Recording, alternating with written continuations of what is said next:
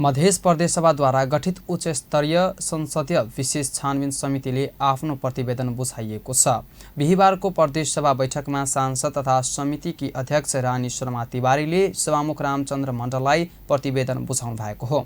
आर्थिक वर्ष 2078-79 मा प्रदेश सरकारबाट कार्य सम्पन्न गराइएका कतिपय योजनाहरूको भुक्तानी निर्धारित समयमा हुन नसक्दा सम्बन्धित उपभोक्ता समितिहरूले कामको भुक्तानी पाउन सकेनन्। यसरी उपभोक्ता समितिहरूको भुक्तानी नपाउँदा उत्पन्न भएको समस्याको समाधानमा स्थलगत अनुगमन गर्न मध्य प्रदेश सभाले उच्च स्तरीय संसदीय विशेष छानबिन समिति गठन गरेको थियो।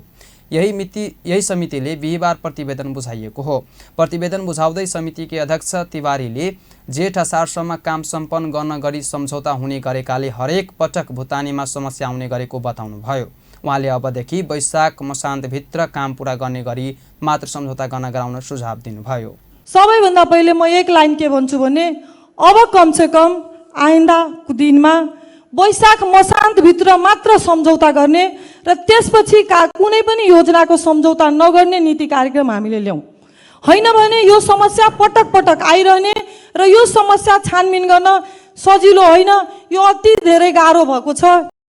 अध्यक्ष तिवारीले योजनाहरूको अनुगमनका क्रममा कृषि क्षेत्रका योजनाहरू अधिक त्रुटि देखिएको आफूले पाएको बताउनुभयो। कृषिका योजनाहरूमा वास्तविक कृषकहरूको कम पहुँच रहेको आफूले पाएको उहाँको भनाइ छ।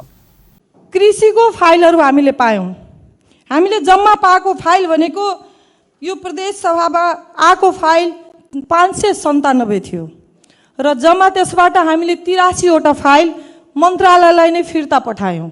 किन भन्दाखेरि केही फाइल त्यसमा टेन्डर भएका फाइलहरू थियो, जुन टेन्डरको भुक्तानी हामीले गर्नको लागि समिति बनाएको थिएनौँ र त्यसको प्रक्रिया पनि फरक छ।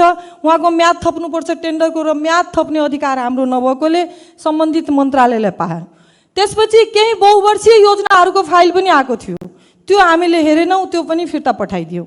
केही फाइलहरू यहाँसम्म कि जेठ मसान्त।